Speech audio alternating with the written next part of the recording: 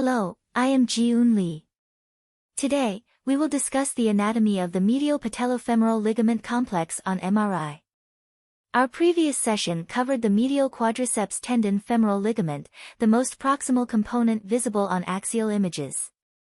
Today, we will focus on the more distal aspect, the medial patellofemoral ligament itself. The MPFL can be divided into two components. First, the more proximal transverse component. Second, the more distal oblique decussation component. These two portions combine and conjoin with the undersurface of the vastus medialis tendon and extend anteriorly to insert onto the medial pole of the patella. For today's lecture, we will concentrate on the transverse component of the medial patellofemoral ligament, highlighted in yellow on these images. The medial patellofemoral ligament is generally described as a horizontally oriented, ribbon-like ligament that spans from the medial patella, specifically the proximal 2/3, to the adjacent medial femur.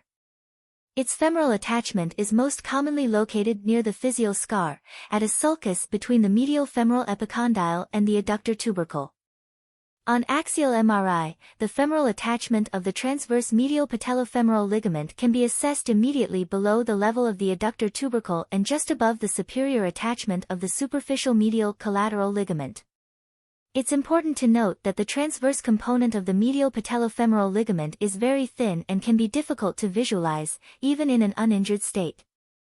Rather than utilizing a grading system, radiologists often characterize this femoral attachment as showing no edema or edema.